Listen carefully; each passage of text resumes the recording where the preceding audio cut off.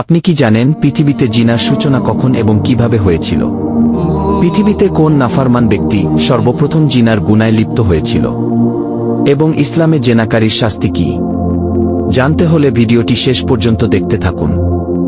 দর্শক, মানব জাতির আদিপিতা হযরত আদম ও মা হাওয়া আলাইহিসসালাম জান্নাতে শয়তানের ধোঁকায় পড়ে নিষিদ্ধ ফল ভক্ষণ করার কারণে আল্লাহ তাআলা তাদেরকে জান্নাত থেকে দুনিয়াতে নামিয়ে দেন। অতঃপর আল্লাহ তাআলার আদেশেই বাবা আদম এবং মা হাওয়া মানবজাতির বংশবিস্তারে সন্তান জন্ম দিতে থাকেন।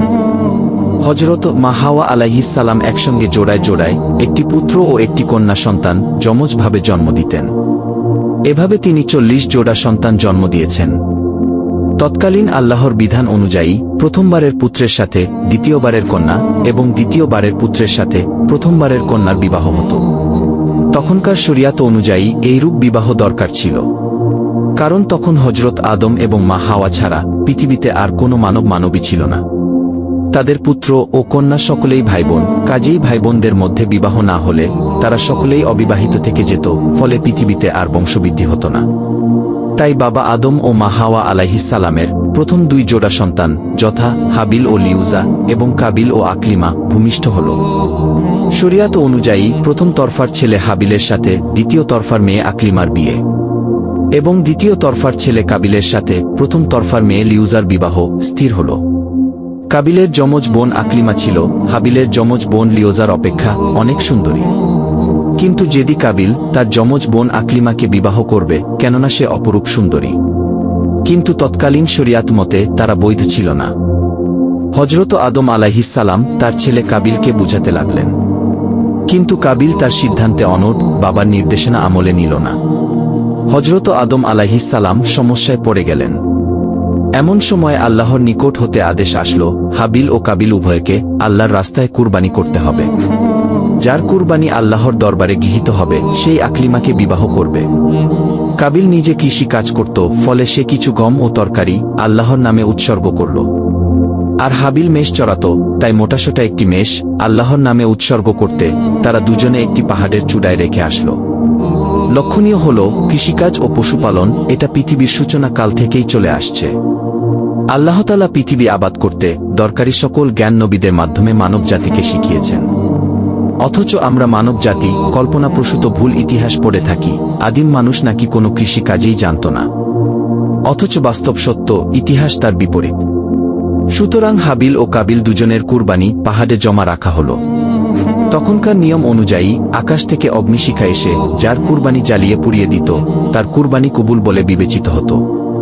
আর যার কুরবানি অলৌকিক অগ্নিশিখা পুড়িয়ে ছাই করে দিত না, সেটা কবুল নয় বলে বিবেচিত হতো। নিয়ম অনুযায়ী একটি অগ্নিশিখা এসে হাবিলের মেষটি পুড়িয়ে দিয়ে গেল, আর কাবিলের গম ও তরকারি যথারীতি পড়ে রইল। কাজেই হাবিল আকলিমাকে বিবাহ করবেন তা নির্ধারিত হয়ে গেল।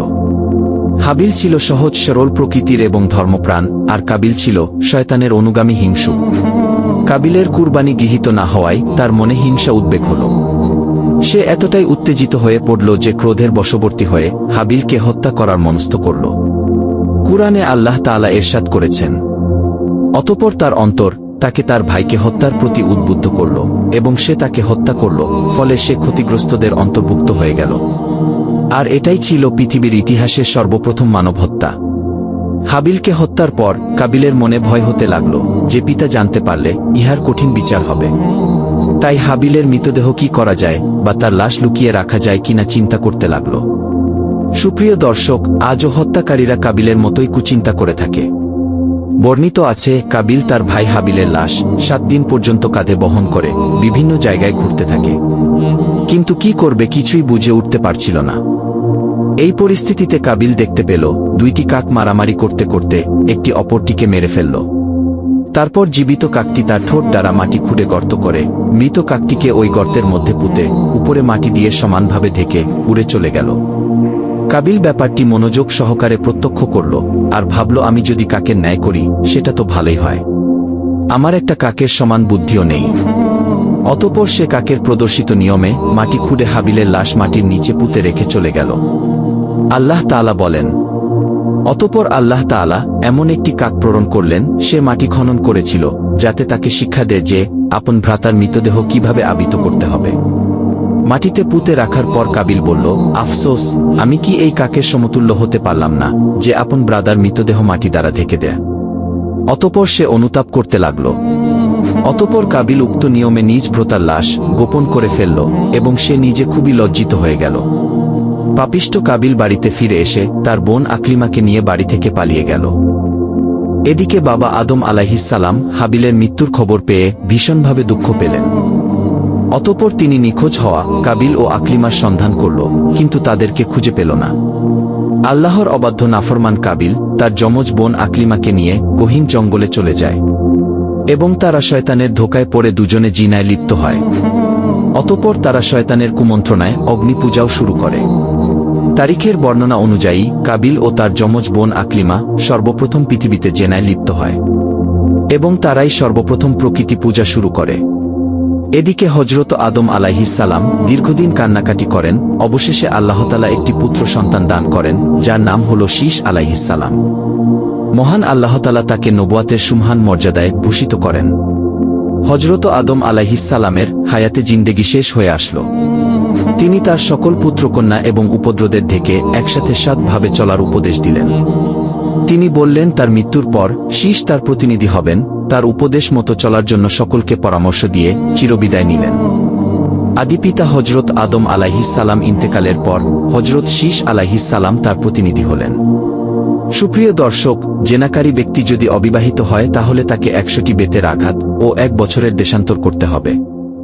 আর যদি সে বিবাহিত হয় তাহলে তাকে রজম তথা পাথর মেরে হত্যা করতে হবে। আর অবশ্যই শাস্তি জনসম্মুখে প্রকাশে কার্যকর করতে হবে।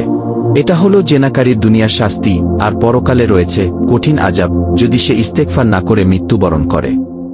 হে আল্লাহ, আপনি আমাদের সকলকে মহাপাপ থেকে হেফাজত করুন।